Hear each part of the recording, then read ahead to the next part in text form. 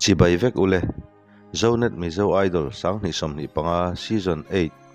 top 20 contestant Emnuela zai thiam lutuk tak mai aron che puile pek khop mai o anal azai thiamin alate cheimoi hun a em mai ani azai moi tak mai chu ihan ngai thlole teng u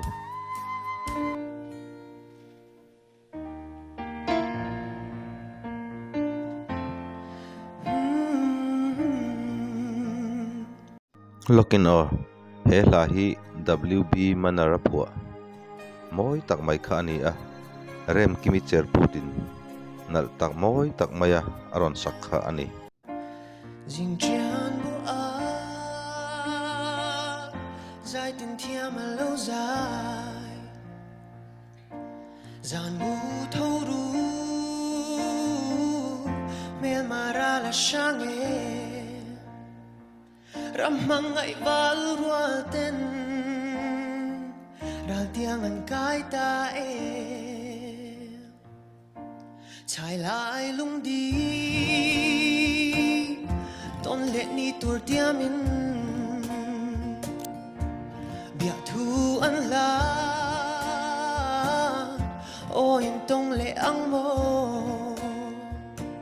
ma se chui thang va lan ti hian bia thu an lam ta when you go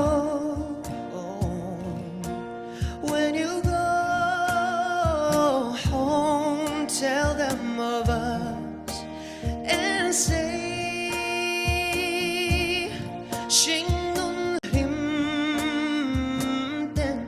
iman vena Pham ko bui kaloi ta ishai le den zua pa chang a pomin bia thu an la lamang let le turin ma se mangai mam te du thu isam suata mo when you